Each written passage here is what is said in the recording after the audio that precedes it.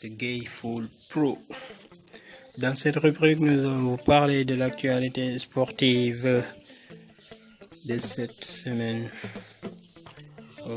Nous saurons commencer cette rubrique en fermant hommage à notre plus grand entraîneur, Bruno Metsu, l'homme qui a issu le football sénégalais et le sport en général sous sa plus haute marche du podium jusqu'en quart de finale de Coupe du Monde 2002 face à la Turquie. Lui qui était décédé depuis le 15 octobre 2013 jusqu'au 15 octobre. Actuellement, nous étions le 15 octobre 2020. Ce qui fait 7 ans de disparition. Ensuite, nous commençons cette rubrique par une mauvaise nouvelle concernant le talentueux attaquant sénégalais du FC Metz, Ibrahima Niane, qui a été victime mercredi en séance d'entraînement de blessures au niveau des ligaments croisés du genou. Et cette blessure pourrait l'éloigner des terrains pour plusieurs mois. Pour le moment, le FC Metz n'a pas encore précisé son indisponibilité. Et pour le remplacer, Opanguet est pressenti pour le remplacer et prendre la relève afin de hisser et porter le FC Metz vers l'avant.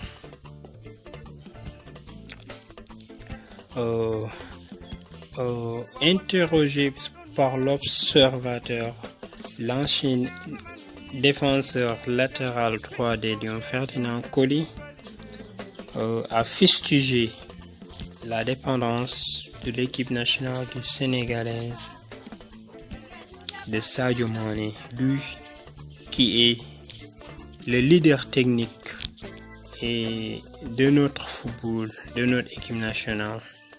Il a fustigé cette dépendance parce que dans une équipe nationale, il faut de l'interchangeabilité. C'est-à-dire à chaque fois qu'un joueur est blessé, il faut quelqu'un qui puisse le remplacer sans qu'il y ait le moindre mal, sans que l'ensemble, dans une équipe, il y a 23 joueurs. À chaque fois que quelqu'un est blessé ou il n'est pas en forme, on doit le remplacer sans qu'on le sente. Mais à chaque fois au Sénégal qu'on voit qu'on joue un match sans Sadio Mané, et là, nous calons, nous bloquons, nous avons des soucis, nous avons un problème dans l'animation de jeu, dans nos systèmes de jeu, et cela, l'entraîneur doit corriger cela. Mais pour l'instant, est-ce qu'on peut se demander que le Sénégal dispose d'un entraîneur chevronné? J'ai l'impression que jusqu'à présent, notre entraîneur est en apprentissage. Et il est là depuis 5 ans. Et jusqu'à présent, il est en apprentissage, il est en test.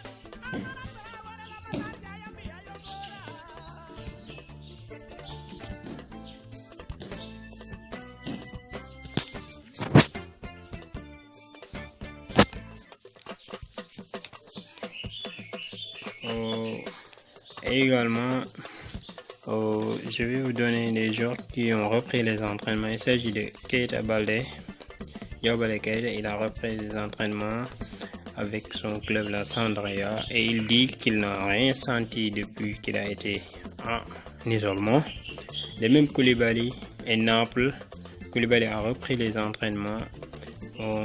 Malgré son club a écopé une sanction et une défaite sur tapis vert. La Juve a remporté les 3 points de 3-0. Mais Naples a été sanctionné également d'un retrait d'1 point. Également Sadio Mané qui a bien repris des entraînements et en forme avant le choc face à Everton ce week-end, cette semaine. Pour guise d'info, il est dit que les travaux de Léopold Sédar Senghor vont reprendre en janvier prochain. Et selon la FIBA, les 4 dernières équipes de l'édition précédente, à savoir le Nigeria, le Sénégal, le Mali et la Mozambique, sont qualifiés d'office pour l'Afrobasket 2021. Ils sont qualifiés d'office vu que la crise sanitaire du moment, ils veulent amoindrir les risques en organisant le moins de rencontres possible. Du coup, ils ont qualifié ces 4 dernières équipes. Les équipes demi-finalistes sont qualifiées d'office pour la prochaine édition de l'Afrobasket prévue en septembre 2021. Merci chers abonnés, merci d'aimer et de vous abonner davantage.